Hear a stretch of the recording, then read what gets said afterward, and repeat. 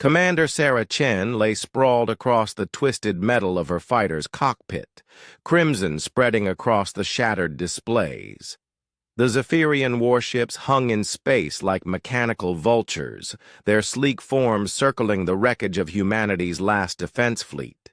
Through her cracked helmet visor, she could see their victory formation, 17 massive dreadnoughts casting shadows across Earth's moon. The translation device in her suit crackled to life, carrying the melodic yet cold voices of her captors. "Look at this pathetic creature," came the first voice, tinged with what Sarah recognized as amusement. "The humans called her their greatest pilot. See how she bleeds like any other inferior being." Sarah's left arm hung at an unnatural angle, and she could taste copper in her mouth. 3 ribs were definitely broken, maybe more. But her eyes burned with something the Zephyrians had never encountered in their conquest of 17 star systems. "Their bodies are so fragile," another voice chimed in. "How did such weak flesh ever think to challenge the Zephyrian Empire? One impact, and she's already dying." The aliens' laughter resonated through the comm channel, a sound like wind chimes made of bone. They had good reason to celebrate. In the past hour, they had systematically dismantled Earth's orbital defense network, destroyed the lunar shipyards, and eliminated every human vessel that dared oppose them. All except for Sarah's lone interceptor, which now drifted as a broken monument to humanity's defeat. "Should we end her suffering?" the first voice asked with mock compassion. "These humans seem incapable of accepting inevitable death."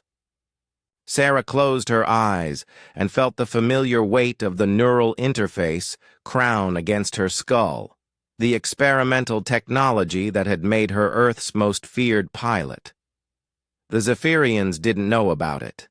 In their arrogance, they had assumed human technology was centuries behind their own. They had no idea that while they had focused on building bigger ships and more powerful weapons, humanity had taken a different path. They had learned to merge mind with machine. "Wait," she whispered into her comm, her voice barely audible. I'm trying to surrender." The Zephyrian laughter grew louder. "Oh, how delicious! The mighty human warrior begs for mercy." "Tell us, broken thing, what could you possibly offer the Zephyrian Empire?" Sarah's fingers found the crown's activation switch. The device had been designed for her ship's systems, but the wreckage around her still pulsed with power. More importantly, her fighter had been constructed with the same quantum mesh technology that networked every human vessel, including the 17 destroyed ships floating dark and lifeless around them. "I offer you," Sarah said, her voice growing stronger, "a demonstration of why humans don't build the biggest ships in the galaxy." The neural crown flared to life, and Sarah's consciousness exploded outward. Her mind raced through the quantum mesh network, finding the dormant cores of ships the Zephyrians believed they had eliminated. The aliens had targeted weapons and life support, never realizing that human vessels were designed to function even when 90% of their systems were offline. "What is she doing?" one of the Zephyrians demanded, their amusement turning to confusion. Sarah's awareness touched the mind of Captain Torres in the cruiser Defiant, whose ship floated belly up with massive hull breaches. She felt Commander Okafor's determination aboard the seemingly dead destroyer Tempest. Across the battlefield, in 19 different vessels, she sensed the thoughts of her fellow humans, wounded, bleeding, but very much alive. "Humans," she broadcast through the mesh, her mental voice reaching every surviving crew member. "Are you ready to show these bastards why we don't stay down?" The response was immediate and unanimous, a chorus of defiant minds linking together through the quantum network. Sarah felt their pain, their rage, and their absolute refusal to surrender their homeworld. "Multiple energy signatures detected!" A Zephyrian officer's voice cut through the comm channel. "Impossible! Those ships are destroyed!" "No," Sarah said, her broken body rising from the cockpit wreckage as her mind controlled systems across the battlefield. "They're just resting." The dead human ships erupted with light as their crews, linked through Sarah's network, executed maneuvers that should have been impossible for vessels with such massive damage. The destroyer Tempest, missing half its port side, spun like a broken dancer and fired its remaining railgun directly into a Zephyrian dreadnought's reactor core. The cruiser Defiant, with Sarah's mind compensating for its destroyed navigation systems, rammed into an enemy flagship at 40% light. Speed. "This is impossible!" the lead Zephyrian commander screamed.